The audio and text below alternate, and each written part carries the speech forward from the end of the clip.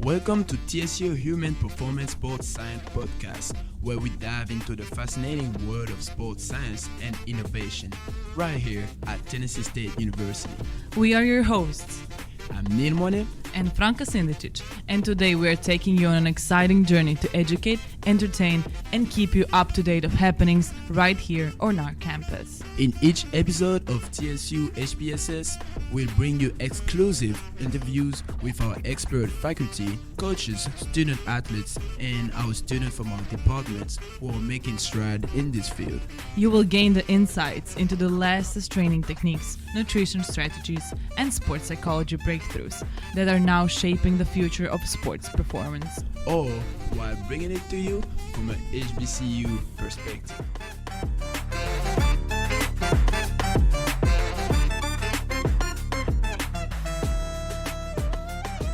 Hello everyone and welcome back to our new TSU HPSS podcast. Today with us we got Coach Sopp. He's our Director of Sport Performance for TSU. Welcome to our podcast. Good to be here. Honored to be here. I appreciate it. All right, so to start this podcast, we're gonna let him introduce himself. Let us know everything about you. How did you become the director of our program? Well, it's a long journey. This is my 26th year. Once again, my name's Scott Holsopple, Coach Sopp for short. I started off at Penn State University where I was an undergrad in kinesiology, and I boxed in college, and I fell in love more with the training than actually the sport because it took a lot of genetic advantage out of it, right? To me, it was about hard work and discipline where, I can be a disciplined and work as hard as I want. I'm never going to run a 4.240. I'm never going to jump a 40-inch vertical, right? But I can help others who have that talent, from mom and dad to be able to get to where they want to get to if you can get the other things all aligned with what you're trying, with what your main goal is. So starting off there, I started volunteering when I was undergrad. And then from there, once I knew I wanted to do, I went to a strength clinic. I think it was in 1995 in Pittsburgh. It was called the Hammer Strength Clinic. Back then, we didn't have things like you have now, podcasts and YouTube and stuff. So if you wanted to get knowledge, you had to drive and find it. So I went there and listened to a bunch of head strength coaches at the time because I knew what I wanted to be. And I was going to make a decision of where I was going to do my final internship. So I listened to some of the legends, really, in college athletics and strength and conditioning, one being Ken Manny in Michigan State. The other one was Mickey Marotti at the time, was at Notre Dame. So in making that decision, Coach Mick, at the end of it, finished with a quote. And when he finished with that quote, I knew exactly where I wanted to go. And his quote was, "You can lead a horse to water." And then the audience said, "But you can't make him drink." And then he said a swear word. It's like, "No, you take the back of his head and you put it in the water. He will get sung." And I was like, that's exactly where I want to go. So then I went back to Penn State.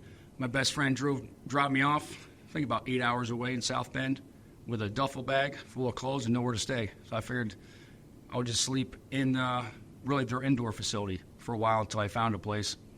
But once you make a decision up, you don't let anything hold you back from it. So then I was there for 7 months. And then from there, I went back to Penn State, and I was going to start my master's. And probably about 4 days when I got back, Coach Marotti at Notre Dame called, "Hey, there's an assistant job here. Do you want to come here and do your GA?" I thought about it. I'm like, well, I'm already accepted one at Penn State, so I'm just going to stay here. Then a week goes by. On a Sunday night, he calls me. He's like, "Do you want to go be a head strength coach for basketball at Marquette?" I was like, "I don't have to get my master's to do that, because that's what I'm getting my master's for." Mm-hmm. He's like, "No, experience will trump all that." All right. So I was like, "How far is it?" 12, 13 hours. I'll be there Wednesday. So then I drove out there. I was there for 2006. You see a program that you had mentioned. I went to every film session. I went there just as basketball, but then I ended up taking over all sports for 5 years. And then from there, I went on to Kentucky basketball. And I was Tubby Smith's last year. So then he left at the end of the semester and wanted to try and take me to Minnesota. But when they got rid of, when Coach Tubby Smith left, all of his assistants got fired, so there was no one there to work with the players. So I was taking them through basketball individuals, going to study all with them, still lifting and training them. So I was planning on staying, but then during the coaching search hire, the administration wouldn't give me 100%, okay, we're going to keep you. No, it's going to be on the next coach. I'm like, well, relationships two ways. So if you're going to be 50% in, I'm going to be 50% in. So then I started looking and opening up opportunities. Then Coach Mick again and Coach Meyer at Florida called, said, you want to come work, you want to be the number 2 for Florida football. And that was the 2007 to 2011 era. So I went there, won some championships there. I had a great experience, a lot of great athletes, a really good time. Then from there, Charlie Weiss was the offensive coordinator last year there with Coach Muschamp, and he left to go to Kansas. So then he called and said, hey, my son was watching you train all these guys and your relationship with them. Do you want to come be my head strength coach? So then I left and went to Kansas with Charlie Weiss. Then he got fired 3 years later. So then I had to make a decision, and I kind of in my head wanted to go someplace that didn't have anything. Because a lot of the times you go to these big schools, like Penn State, Notre Dame, Kansas, they have so many resources and so many people. Like if an athlete walks out of the hallway and drops his bag, there's 3 people there to help pick it up. I wanted to go somewhere that was going to be a challenge, where I was going to make a bigger impact besides just the weight room. So in my next decision, I had opportunities at New Mexico at the time, North Texas, and then it came down to Georgia State, who just started football. So they're about 4 years in, barely had a locker room. So I took that job. I was there for 4 years. So there I got to go to the first bowl game in school history, win the first bowl game in school history. Then there was another coaching shakeup. So then I ended up going to New Mexico, worked with Coach Bob Davie again. He was there when I was in Notre Dame. He was the head coach, football coach at New Mexico. So I was there for a year.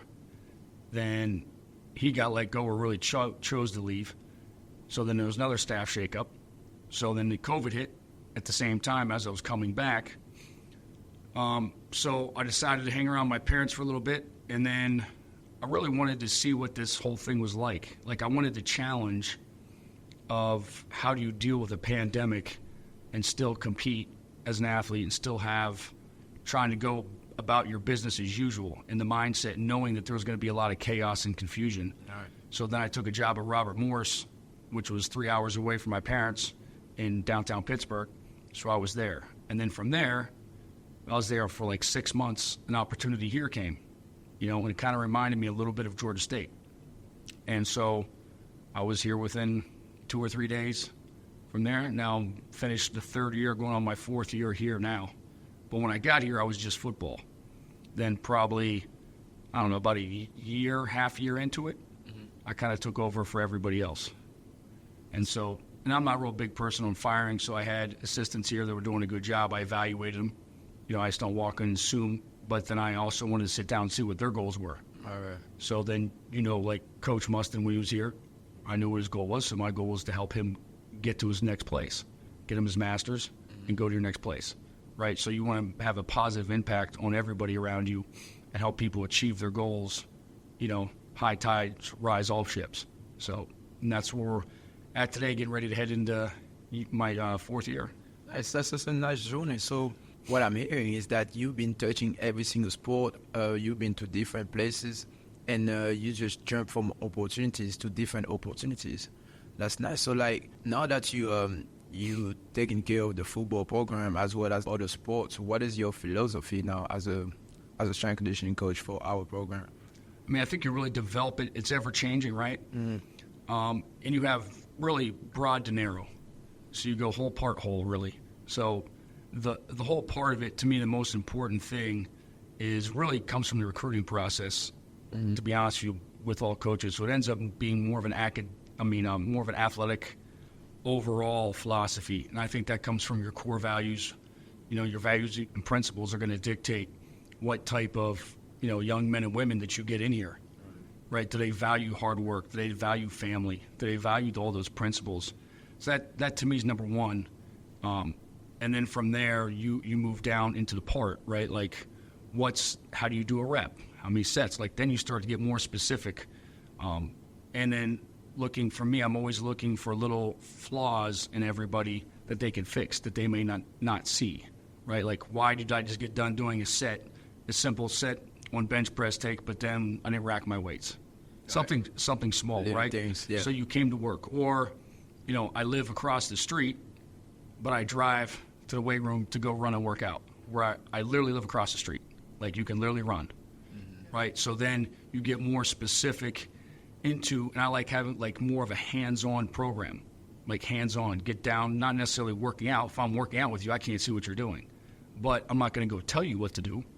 I'm going to go make sure it gets done. The whole horse to water thing again, right? Everybody has a limit, but at the same time, you can always move your limits up, right, to see how high you can actually go. So I think that's kind of more of the philosophy developed over time through experience and through everybody thinks I learn more day to day from all the athletes that I've had a chance to work with for 26 years. I mean, to me, it's an immense amount of knowledge I've been able to gain, not only from just athletic performance, but more importantly, people. Right. How do you grow this value into your players? How do you make sure that they share the same values that you're sharing and they're applied on the field? I think two different ways. One, you got to get them in here, right? So you have your values and principles that you're recruiting for, right? So it might be, take for example, basketball. If I was a basketball coach, I want my guy to be or female to be a gym rat. Okay, well, I'm going to call their high school coach. Are they in there? Right. Are they in there after hours, or are they just first one in, last one out? I want the extra work. When everybody else is going to the movies, are they going to shoot? How many shots are they getting up? Like, so doing your research on the recruiting process, but then once you're here, it's demonstrated through, to me, the most powerful thing within a program is belief, right? And trust. Well, to get those two things, you have to develop a relationship which equals you actually love and care about one another. So that's demonstrated through day to day. Do they know every day you're going to be there for them every day, no matter what? And it could come from a player, which I've had here, call me, coach, I got a flat tire, I don't know what to do. Okay, I got you. Send me a pin. All right, I'm there. This is how you change a tire. Coach, I'm at the grocery store. FaceTime me. I'll tell you what to get. Coach, I'm going to a funeral. I've never been to a funeral before. How do I handle it? Right? It's usually more of a paradox, right? To develop that relationship, that's not really developed in the weight room. Right. It's developed outside the weight room. It carries over into the weight room. It carries onto the field. Where, love is always more powerful than fear. When you're young, you're more not motivated but corrected by fear, right? You're afraid of the consequences. When you get older, you realize that you don't want to let somebody else down, that things are bigger than you. So when you look over the sideline, you see someone who cares about you, you don't want to let them down, which is way more powerful than if I do let them down, what's going to happen. So I see that you're really pushing your relationship with the players, and you're talking about recruiting a lot. I don't know a lot about football, but I know that you're covering it mostly here. And I have a feeling that you, as a coach and as a person, have a big impact in our community in football. So my question is, are you discussing with coaches as well about the recruiting, when they're recruiting new players? Are you also giving your thoughts in it? Are you discussing with them about the new players coming in as well? Yeah, I think that's, to me, I try and inject myself as many things that I think can affect an athlete, which would therefore would affect me, right? So that's really the battles that go on, that you have to take the same relentless effort into trying to drive the program forward. That means you have to not be lazy. I go to every recruiting meeting. I go to every film session. I go to everything that I think that can affect me, me doing my job to the best I can do, but then therefore if I'm that, then I can pass that on to every athlete. That's even walking by, I check study hall. If I walk by study hall, I'm up there all the time. Because I know that there's no use you maximizing your physical capabilities, but if you're here to get a degree and only 1% go on to play at the next level, you have to be totally fit, right? You have to be fit emotionally, spiritually, physically, and mentally. And that's one of those key components. And I don't care who I run into. Just last week I walked up, 4-track girl sitting at the table. I'm talking to him about nutrition for 40 minutes, right? Just trying to give him little tidbits of experience that I've stolen and learned throughout my time. And there's a commonality between all athletes. Like if I go and watch a tennis match, you could see who your high achievers are by literally what they're doing. But you can't watch the basic stuff, right? Like in football, everybody just watches the ball.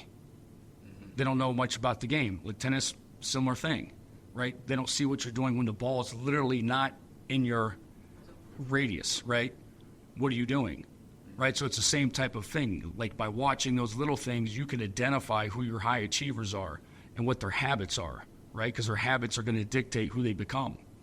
That's across all sports, right? And you can see some people that have talent, right? Some people can go there and they can run the lines and boom, they're the fastest ones. But that's not everything. You know, you have to have a certain level of it, right? And the people that are extremely great at it can get away with their talent, called the talent trap. They can fall for that and get away with not being disciplined, not working as hard because they have those talents. But eventually it catches up with you. So there's a commonality in all of it. And with the recruiting, I'm always involved in everything. I mean, shoot, I send our guys, our coaches, recruits because of relationships I've built. I mean, I have four former players of mine that are all head basketball coaches at big-time schools. So I got a lot of the kids that I trained are all over the place doing stuff. One of my favorite athletes of all time was a men's tennis player. Name's Creighton J. Macy. Now he's a big-time lawyer, you know, in D.C. He's a high achiever, right? He's the guy that literally ripped his shirt off in the middle of a tennis match. Right down the middle. It goes like he's the guy that headbutted the Stairmaster because he was trying to go as hard as he could on it. Like he's a high achiever. You knew he was going to be elite at whatever he chose to do. He chose to be a lawyer. Now he's doing amazing things. He's getting awards in D.C. for being a lawyer. So you said that you came here basically because this school kind of had nothing. Like we were starting from something that was not great, let's say it like that. And we see it improving a lot, especially in the last 3-4 years. So my question is, what is your goal and what is your mission for this football team?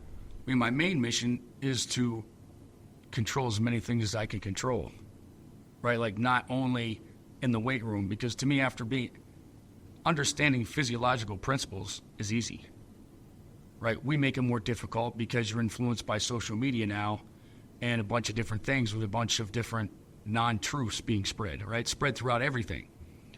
So my mission is to control as many things like, you know, trying to get a better nutrition program. We're taking small steps, but you've got to keep fighting the good fight every day, right? So my mission is to control as many different areas that affect the student athletes from being able to get to where they want to get to. How do you implement it on it? Like, once again, to me, it's an effort thing, my effort. Like, are they going to know, once again, I'm going to be there every day, watching what they do every day. Why'd you park there? There's times where I'm outside our indoor facility, standing, not almost every time that I can be out there before a lift, I will be out there, right? And I'm watching to see who's going to cut the corner at the grass and yelling that you're cutting corners, right? I'm watching who's walking on the grass instead of sidewalks. Like, I want you to have that spatial awareness. I want you to have that awareness about yourself, that no matter what you're doing, right, as a TSU athlete, we always lead. So whatever we're doing, I don't care if we're just walking across campus, we will lead. Whatever exercise you're in, you will lead it, right? Trying to install leadership and leadership principles and knowing that somebody is always watching, right? So those small things, I think, are the things that carry over the most. Like, even I had a guy today at practice, he's supposed to do extra work on his leg. So his practice ended, I didn't see him, so I called him. Coach, I got to go to work at 11. Okay, well, send me a video tonight of you doing it then. Okay. Like, it's holding people accountable, right? And to the highest level. And once they speak it, I'm going to hold you to it. So don't raise your hand if you say you want to go to the next level, because I'm going to hold you to what it takes to actually get to the next level in all areas of your life. You know, if you walk by any of our athletes, everybody's almost heard of TPSS at this time, right? Because I say it all the time, every Thursday and Friday: time, place, substance, social media, right? Because I want you to think about that stuff. So once they start mimicking you, right, you know they got it. They understand what it is. Because sometimes, as we talked before we even started the podcast about feelings, I want them to make educated decisions before they do something. On the field, on the court, off the field, off the court, right? It's those small things that are going to make a big difference. It's those 5-second decisions that you have to make. You stop, have a moment of clarity, think, what's my next 5 moves, and then make an educated decision, right? So you're always having the whole E plus R equals O. Event plus response equals outcome, right? And then depending on what you decide, did you default? Did I make a decision above the line or below the line, right? Irrational, emotional decisions are below the line decisions. Well thought out, educated decisions are above the line. And then you move that line up. So then you become a higher achiever. Would you share with us any challenges that you encountered so far? I mean, I think, to me, I like challenges. Mm-hmm. So I try and make every day as a challenge, right? I try to be the first one in the building, me personally. But challenge comes from the evolving relationships, right? Because you're dealing with an age range of someone who's 17 to 24, right? They're going through a lot of different things. So the challenge is to nonstop find the people that need the help that day so they can lock in and compartmentalize on their practice, on their lifting session, on getting to study hall, on going to class, like all these successful habits. So the challenges are going to be there every day as long as your eyes are open and you're looking for them, right? I try and run to challenges, not away from them. So you're always trying to, you're dealing with people. So anytime, that's really the biggest challenge. Everything else, to me, is usually just an excuse, right? Like, if we don't have the nicest this, you don't have the nicest that. That does not matter. You can still get a lot of stuff done. We can get, and even here's an exciting time because now we're seeing a lot of things, which to me, visually seeing things is very important, right? You have to have examples, visual things that you've seen. Oh, he looks like me. He came from where I came from. I can be that too. Yes, exactly. Just like here through campus right now, you see construction going off the track because the track's getting redone. We got a new track. You can look right out there. You see the pool. The pool's getting painted. Okay, here comes the pool. With all the funding that's coming, look how much nicer since I've been here. The HPSS program has improved immensely. It looks amazing.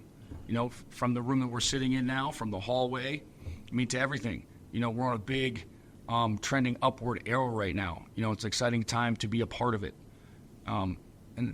So I think there's always going to be challenges just because that's what you should be looking for, is a challenge. Talking about HPSS, how do you collaborate between the athletic part of your athletes and the academic part of your athlete? Are you involved in that? Yeah, once again, I try and get involved as much as I possibly can. Like I've spoken to a couple classes already just this semester.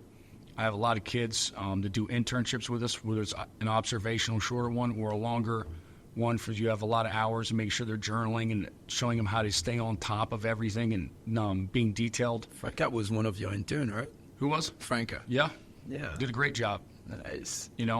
That's what you see a lot of. I've had Franka, Fat Cat, DA, was Deshaun Davis, DJ Ellis, a lot of guys. And that bridges everything, but I think being seen also. Like I come over and taught a class. One of our players was late. I made him do push-ups. Call him out like, take your headphones off, take your hoods off, let's go. And just from speaking at that class, I've had 2 or 3 more students that want to come over and do internships. Let alone now we've been working on the project with a lot of pre-screening stuff, which we're trying to get really on the cutting edge of a lot of that stuff to help in many different directions of evaluation, right? The more information that you can get and then process that information and then make intelligence decisions from that information. So trying to really be involved and have a real great bridge between HBS's academic side and the athletic side of things. So we're keeping driving that forward. We got some more ideas for different grants and different things too. So at the beginning of the podcast, you said that when they asked you to be a head coach, they mentioned the experience is always, let's say, like beating the masters and the degrees. So would your career advice be put a lot of time into internships and hands-on stuff? Yeah, 100%. I think the biggest thing, and I try and tell as many student athletes, don't take the easy route. Because I remember when I was back at Penn State as undergrad, I had an internship to do. I already could have done it right there. Would have saved a lot of money, right? Comfortable, it's my hometown. Or I could go somewhere where I know that I want to be someday, but I can't be there right now in a full-time coaching position. So I'm going to go there because to them it's free, right? But to me, I get to network with a bunch of people that are elite in our field. So that's the reason why that's to me, it's time. What are you doing with your time?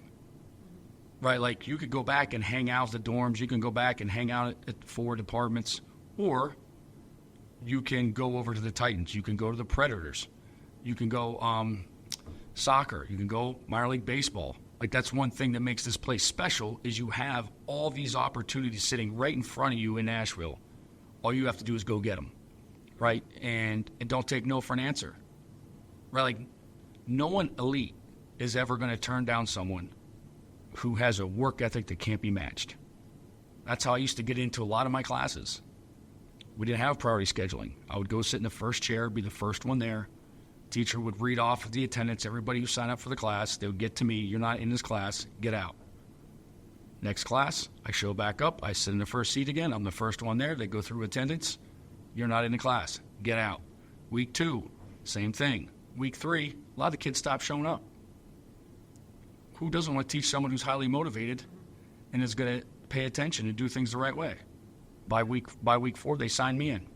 I'm not behind because I've been going through class like I was already in it. So to me, it's the same way. You drive the Titans? No, we're not looking for anybody. Okay, I'll be back tomorrow. Every day that you walk in the door, I will be opening the door for you as you go in the building. Eventually, they'll start off, if they're elite people, they'll start off, okay, you might have to clean this. Okay, gotcha. What's next? You might have to do this. Gotcha. What's next?